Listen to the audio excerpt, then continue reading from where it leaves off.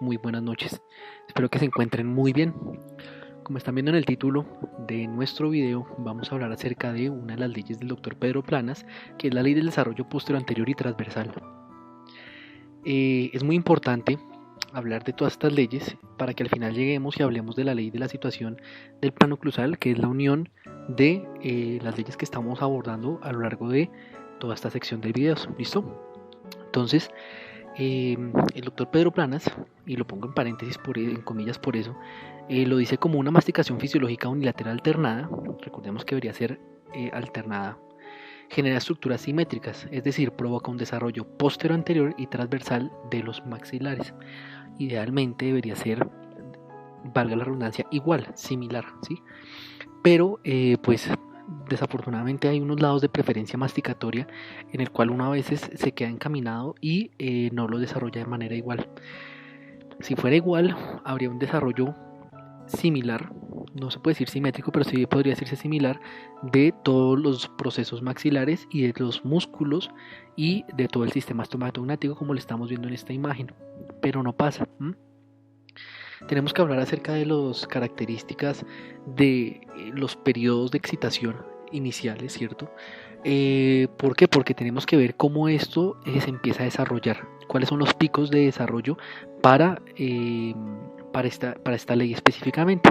Entonces el primer pico de excitación va a estar causada por el movimiento de ATM provocada por el amamantamiento. Vemos que, recordemos que la mandíbula, para succionar ese pezón, lo que tiene que hacer es moverse de manera postero-anterior.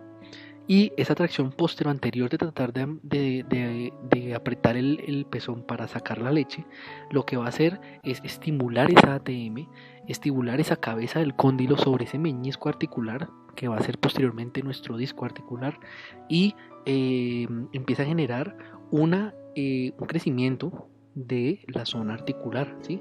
Y si hay un correcto desarrollo de esa articulación, podemos ver cómo se empieza a desarrollar idealmente este maxilar y esta mandíbula. El segundo pico de esta estimulación, de esta excitación, va a ser causada por nuestra masticación unilateral, en este momento unilateral, donde solo se estimule el lado de trabajo, por eso digo unilateral, y solamente hay respuesta del desarrollo en el lado de balanza. Por eso es que nosotros debemos idealmente hacer nuestro lado de trabajo y nuestro lado de balanza en ambos maxilares, es decir, que yo estimule tanto mi lado derecho como estimule mi lado izquierdo. Digo ambos maxilares porque recordemos que tenemos dos huesos maxilares, un hueso maxilar derecho y un hueso maxilar izquierdo, perdón. Por eso es que debemos tratar de estimular los dos, ¿listo? Ahora, además de ver este desarrollo, vamos a ver cómo solamente haciendo una estimulación del lado de trabajo, vamos a ver un desarrollo de este maxilar. Entonces, vemos acá en color verde el maxilar superior y en color amarillo la representación del maxilar inferior. Ahora, estamos en el lado de trabajo. Nuestro lado de trabajo va a ser el lado izquierdo del paciente. Si nosotros vemos una estimulación del lado izquierdo del paciente, vemos cómo va a haber un crecimiento transversal de ese maxilar y una mesialización o una fuerza también sagital hacia anterior de ese maxilar. Es por eso que también todos los dientes se van a empezar a ver un poco mesializados, tal vez decirlo así. Esperen que me desarrolle la idea para poder entender el concepto.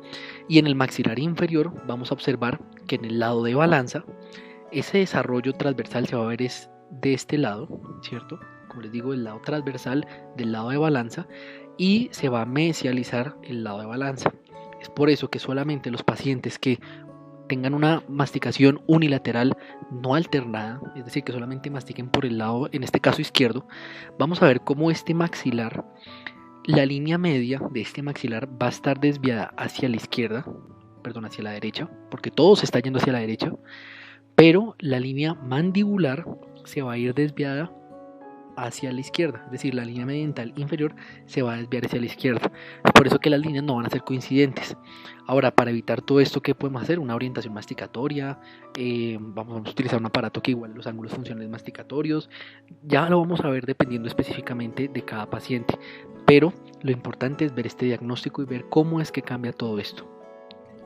Ahora estamos viendo unas características de la masticación unilateral que idealmente debería ser unilateral alternada para que se desarrolle tanto estímulo del maxilar derecho como el maxilar izquierdo, y lo mismo del proceso condilar derecho como el proceso condilar y mandibular izquierdo. ¿Qué vamos a encontrar en el lado de trabajo? Bueno, cojo estas diapositivas de la doctora Laura Ramírez, que me hizo el favor de cedérmelas, y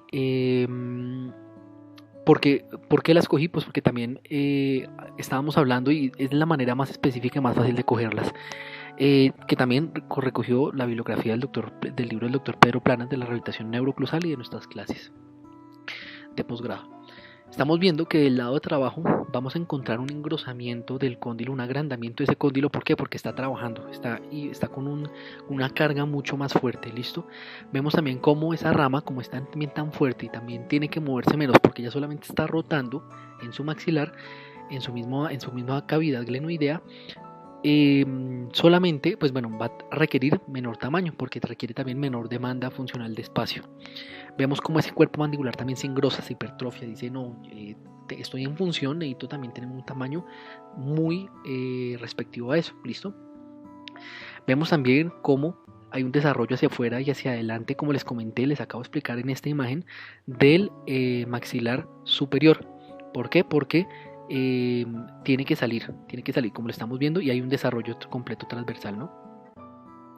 Y vemos también una distoclusión. En ese lado de trabajo también se observan estas características. ¿Por qué distoclusión? Porque este maxilar está yendo hacia anterior y este maxilar pues obviamente está yendo hacia posterior, entonces observa una distoclusión. Comentando con lo que estábamos diciendo,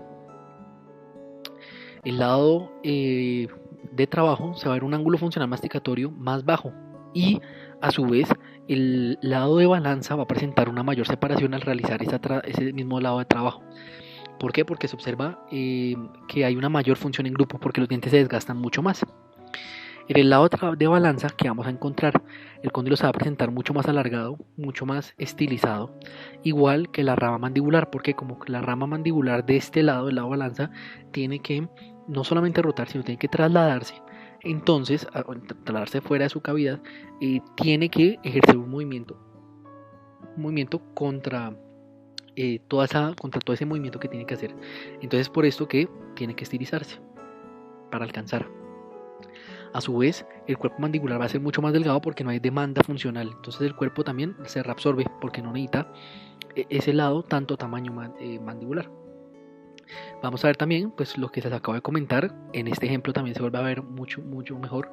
Si no, devuélvanse un poquitico al video y lo vuelven a entender para que lo vuelva a explicar acerca del desarrollo postero anterior de la mandíbula de ese lado.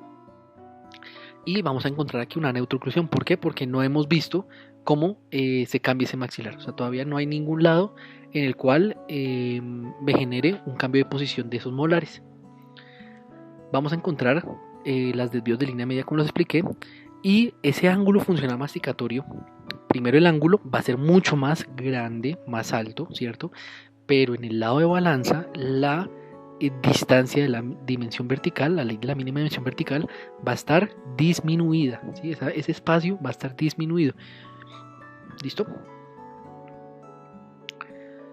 Espero que hayan entendido. Y continuaremos más adelante desarrollando este video acerca de tallado selectivo. Entonces espero que hayan entendido. Cualquier duda por favor la resolveré en la caja de comentarios. Como les digo, pueden cualquier duda revisarla en la bibliografía del doctor Pedro Planas. El libro es de la rehabilitación neuroclusal, donde resolvimos todos estos casos para explicar. Listo, que tengan una muy buena noche para todos. Esto fue Entornos Interactiva.